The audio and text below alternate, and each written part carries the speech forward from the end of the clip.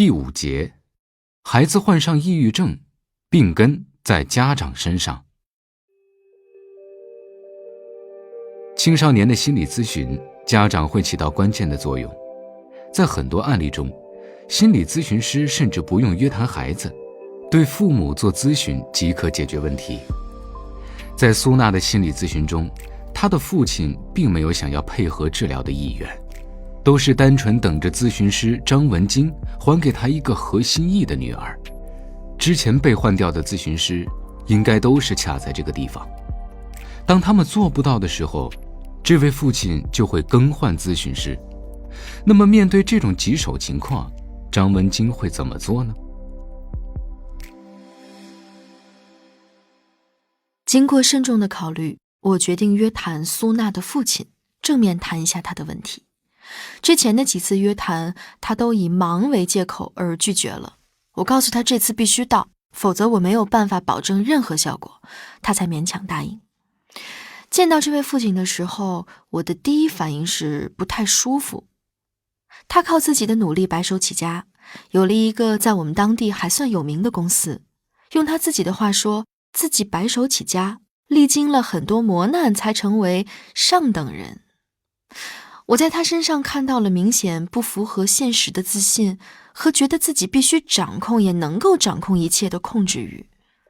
他对我说的第一句话是：自己水平不行，咨询也没啥用处，孩子还是不听话，把我叫来浪费时间干什么？这个时候我有一些心疼苏娜。如果我不是一个心理咨询师，一定不会跟这样的人有任何接触。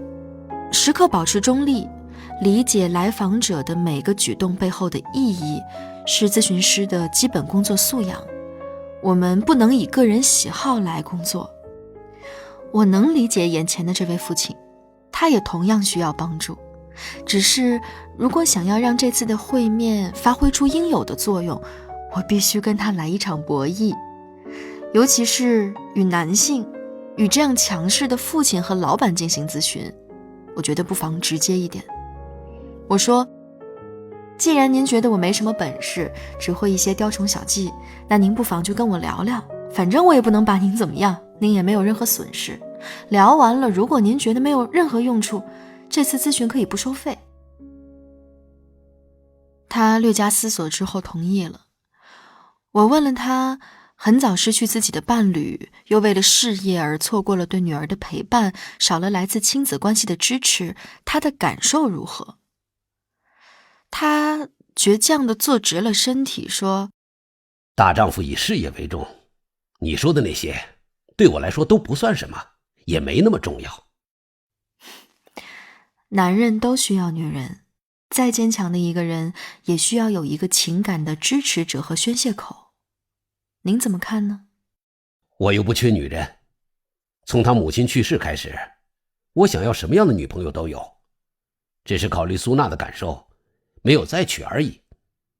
看来您知道要考虑苏娜的感受。我当然知道。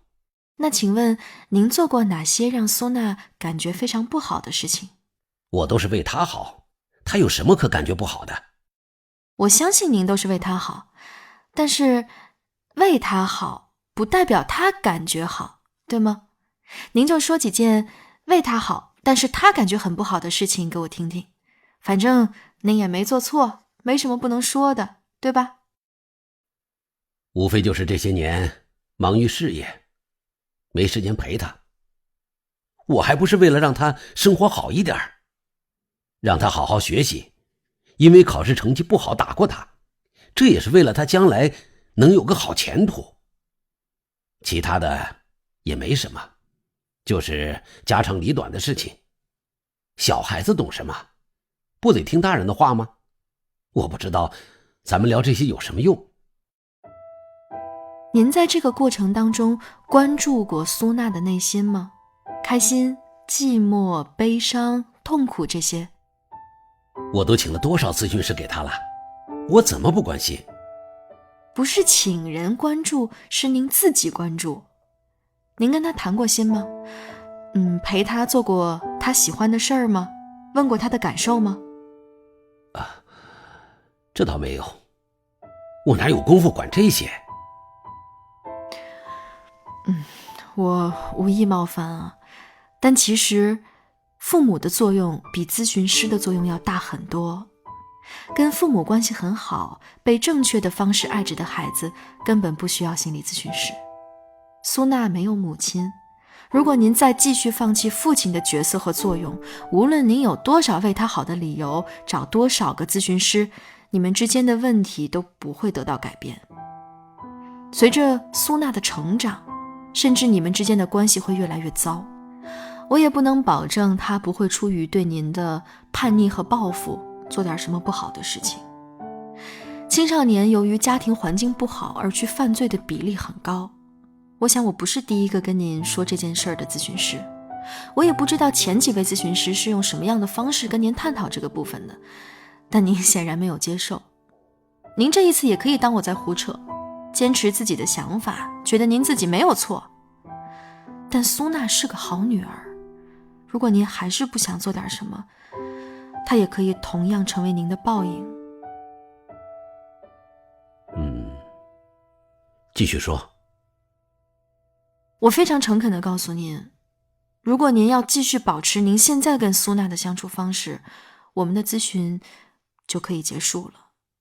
我没有办法解决你们之间的问题，并且我确认任何咨询师都做不到。我愿意听听，你想让我怎么做？首先，请在你做跟苏娜有关的选择和决定之前，听听孩子自己的意见，把我是你爹所以你得听我的这样的观点收起来。也别觉得小孩子懂什么，我替他选的都是好的。对于一个8岁就目睹母亲去世，父亲一直缺席，什么事情都要自己面对，却连养只猫的权利都没有的孩子来说，他懂得可能比你还多。第二，请安排每周2次，每次不少于2个小时的亲子时间，好好感受一下苏娜究竟需要什么。青春期的女孩子需要的是尊重和陪伴，不是为了你好的这种干巴巴的说法。第三，您遇到过觉得不用尊重您，不用了解您的感受，只需要给您物质就可以的人吗？您讨厌那样的人吗？你可以单纯的做一个父亲，不去执着于孩子是否跟您想象的一样，而是用父亲的身份去爱他，给他内心真正需要的支持。在苏娜失去母亲最需要陪伴的时候，您已经缺席了。以后的日子，请您尽量做到像一个真的父亲，就算没有办法沟通，也请您做到倾听，让苏娜感觉还有人陪着她。可能还有很多很多的技巧和方法，但是请您先做到这3点。当我说完这些话，苏娜的父亲沉默了一会儿，他需要思考。在心理咨询当中，沉默有时候代表着进展。很快，他就说他愿意试试，但不觉得这么做有用。我说，您可以尽管试试。虽然咨询师不应该给来访者留电话，但您从来没有陪过孩子，一旦开始会有很多的困难。也许您会不知道该怎么做，也许会遇到很多您无法理解的事情，也许你会觉得这件事情很无聊。当你感觉无从下手或者不想再做的时候，请务必给我打电话。毕竟您到现在为止都讲不出一个有孩子参与的快乐的故事来。您的孩子感觉最开心的事情，最伤心的事情，您可能都不知道。作为一个成功人士，这也是非常大的遗憾。苏娜的父亲离开后，我松了一口气，看起来进展还算顺利。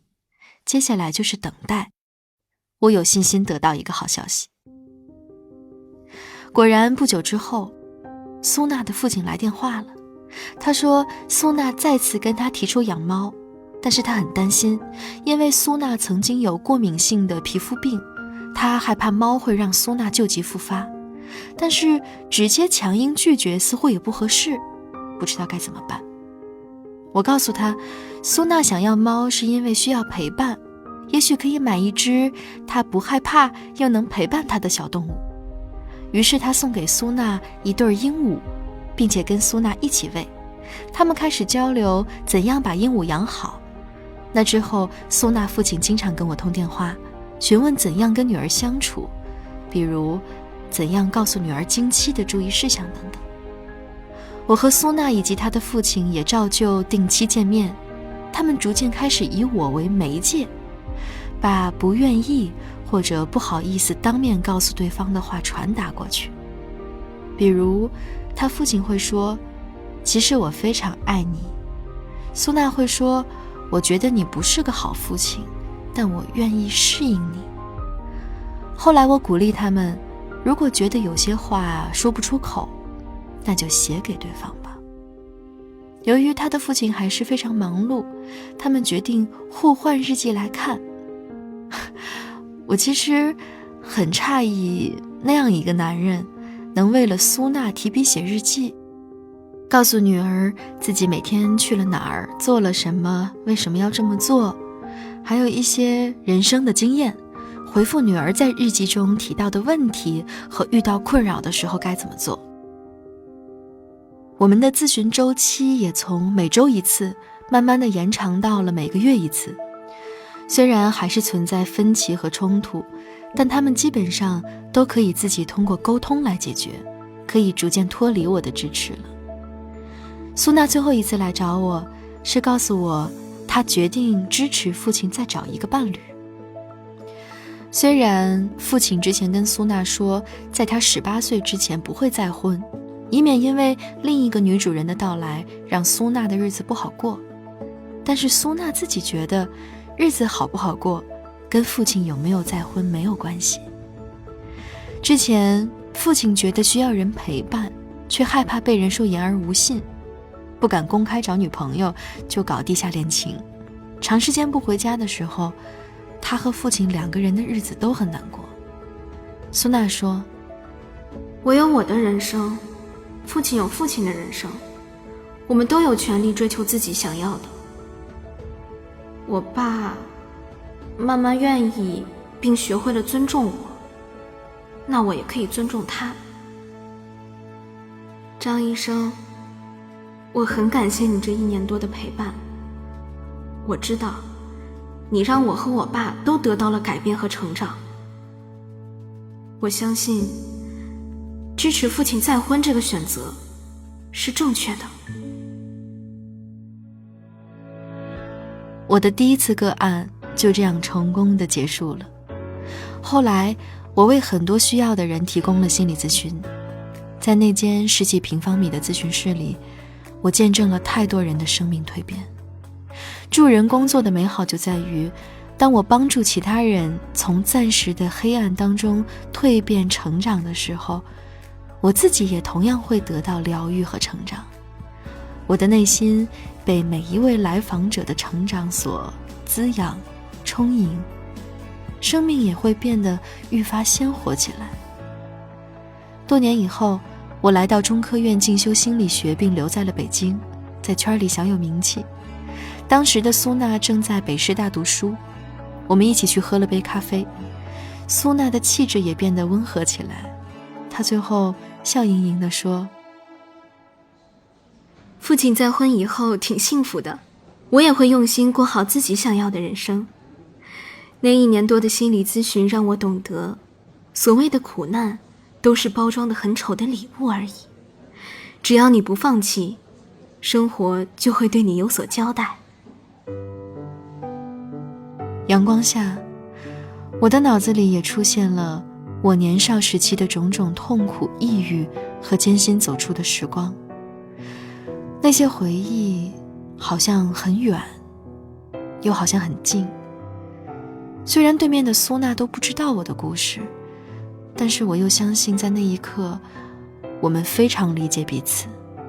因为我也蛮感谢那段抑郁的日子，是他帮我推开了心理学的大门，让我遇见了不一样的人生。